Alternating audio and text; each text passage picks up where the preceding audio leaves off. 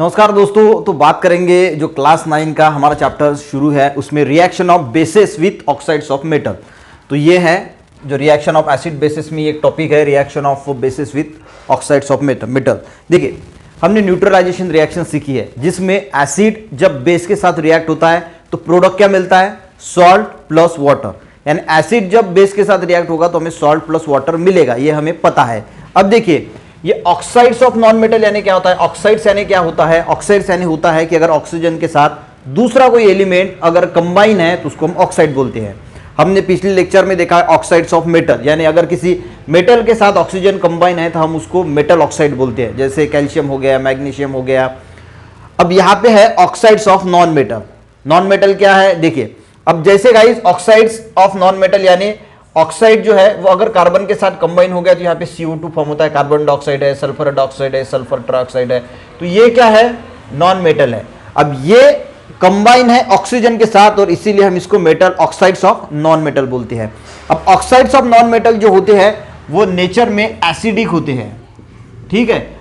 और बेस के साथ अगर इनकी रिएक्शन होगी तो हमें क्या मिलेगा, सॉल्ट एंड वाटर, क्योंकि हमें पता है कि न्यूट्रलाइजेशन रिएक्शन में बेस एसिड के साथ जब बेस रिएक्ट होता है तो हमें सॉल्ट एंड वाटर जो है वो मिलता है। तो यहां पे ऑक्साइड्स ऑफ नॉन मेटल यानी एसिड अगर उनकी रिएक्शन बेस के साथ होती है तो हमें सॉल्ट एंड वाटर मिलता है। तो आपके बुक में ये आपको समझ में आ गया, रिएक्शन दी है, ये सबसे इंपॉर्टेंट होती है। जब क्वेश्चन जब पेपर में ऐसी रिएक्शंस आती है गाइस तो हमें ये किस प्रकार सॉल्व करनी है, किस तरह ये फिल इन द ब्लैंक जो है वो फिलअप करनी है, वो आना चाहिए। अब सबसे पहले पहली रिएक्शन देखते हैं, ये है CO2 यानी ऑक्साइड्स ऑफ नॉन मेटल। अब ये गाइस ये बेस है, NaOH क्या है, बेस है, ये एसिड है। अब ये इसके साथ रिएक्ट हो रहा है तो हमें सॉल्ट एंड वाटर मिला। तो वाटर तो कॉमन, हर जगह वाटर तो कॉमन होता ही है। अब रिएक्शन को बैलेंस कैसे करना है वो देख लेते हैं। यहाँ पे क्या है, ट्वाइस NaOH, तो मैं यहाँ पे लिख देता हूँ NaOH और ये NaOH। इसका मीनिंग है कि ये दो बार NaOH है, दो NaOH के जो है वो मॉलिक्यूल यहाँ पे यूज किए गए हैं और है CO2। अब इससे क्या फॉर्म हुआ इन्होंने, देखिए Na2 यानी Na2CO3 यानी ये वाला Na, दो Na, एक ऑक्सीजन का लिया और ये वाला कंबाइन हुआ पूरा तो फॉर्म हुआ, देखिए Na एक O और ये CO2। तो यहां पे क्या बना, Na2, ये बना Na2, ये CO और ये वाला एक O, तो ये बन गया गाइस CO3 प्लस बचा क्या, HHO यानी H2O। ठीक है, इस प्रकार ये रिएक्शन जो है वो हुई। अब देखते हैं यहां क्या आएगा, ठीक है, यहां पे देखते हैं क्या आएगा। यहां पे KOH है, ट्वाइस मॉलिक्यूल ऑफ KOH लिया है, K2CO3 फॉर्म हुआ और यहां पे H2O फॉर्म हुआ। अब देखते हैं यहां पे कैसे होगा। यहां पे क्या है, KOH मैं दो बार लिख देता हूं ताकि आपको अच्छी तरीके से जो है ये बात समझ में आ जाएंगी।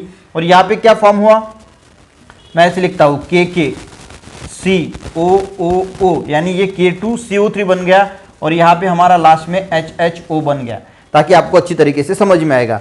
अब यहां पे गाइस जो है यहां पे क्या आ सकता है ये हम फाइंड आउट करेंगे। देखिए यहां पे है तो HHO, तो H तो मैंने गायब कर दिया यानी ये हो गया हमारा H2O फॉर्म, लास्ट में ये वाला बैलेंस हो गया। अब बचे कितने हमारे पास, 2 K बचे हैं, तो ये 2 K और एक O है यानी ये 2 K जो है ये 2 K हो गए कैंसल और एक ये वाला O बचा है तो ये O हो गया कैंसल, बचा क्या, CO2। तो यहां पे क्या आएगा, CO2। तब ये रिएक्शन जो है वो बैलेंस हो जाएंगी। यानी अब देखिए हमारी रिएक्शन कैसे, अगर मैं यहाँ पे CO2 लिखता हूं तो अब ये बैलेंस हो गई, क्यों, ये K2 ये हो गया K2 और CO और ये वाला एक O CO3 और एक वाला O जो बचा था O H और H था H2O, तो हो गई बैलेंस। यहाँ पे देखना आपको समझ में आ जाएगा। अब देखते हैं SO3 के साथ जब कोई बेस रिएक्ट होता है तो यहाँ पे इन्होंने ये जो है वो फॉर्म किया है। तो यहाँ पे सबसे पहले कौन सा बेस आएगा, तो यहाँ पे Na है ना गाइस, तो NaOH तो आने वाला है। तो मैं क्या करता हूं, इस पे NaOH लिख देता हूं और अब देखेंगे कि NaOH का एक मॉलिक्यूल चाहिए या हमें फिर 2 मॉलिक्यूल चाहिए। तो मैं ये रिएक्शन यहां पे लिखता हूं, ठीक है। SO3 है तो मैं इसको SOOO करके लिखता हूं प्लस, अब यहां पे फॉर्म क्या हुआ, Na2 हुआ, ठीक है। Na2 यानी मैं लिखता हूं यहां पे Na ओके। और अब यहां पे 2 बार Na लिखा है ना गाइस, तो यहां पे इसका मीनिंग है कि ट्वाइस NaOH आएंगे, ये कंफर्म है क्योंकि 2 बार Na आए हैं तो यहाँ पे ट्वाइस NaOH तो आएंगे। फिर भी हम बैलेंस करके देखते हैं, NaSOOO और यहाँ पे HHO यानी ये हो गया हमारा H2O। अब बैलेंस करके देखते हैं, ये जो NaOH है इसको भी मैं जो है वो आपको समझने के लिए ऐसा लिखता हूं, तो देखते हैं कि बैलेंस होता है कि नहीं।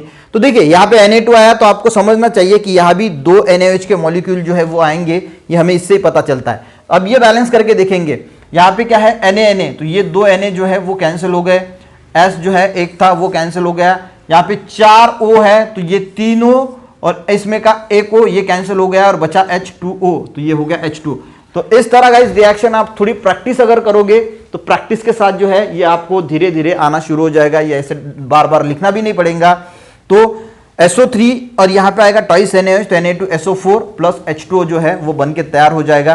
तो ये गाइस कुछ रिएक्शंस थी, ये रिएक्शंस आपको सॉल्व करना आना चाहिए। तो इस प्रकार से करना, अगर यहाँ पे 2 KOH है तो 2 बार KOH लिखना प्राइमरी स्टेज में, क्योंकि अभी आप 9th क्लास में हो तो आपको डायरेक्टली समझ में नहीं आता, तो ऐसा लिख के देखना, रिएक्शन को बैलेंस करके देखना कि यहाँ पे जितने मॉलिक्यूल्स है वहां पे उतने हैं, वहां पे इतने एलिमेंट्स मैच हो रहे हैं कि नहीं हो रहे हैं। तो आपको जो है वो धीरे धीरे प्रैक्टिस से जो है वो आप इसमें माहिर बन जाओगे। मिलते हैं गाइस, आई थिंक आपको ये समझ में आया होगा।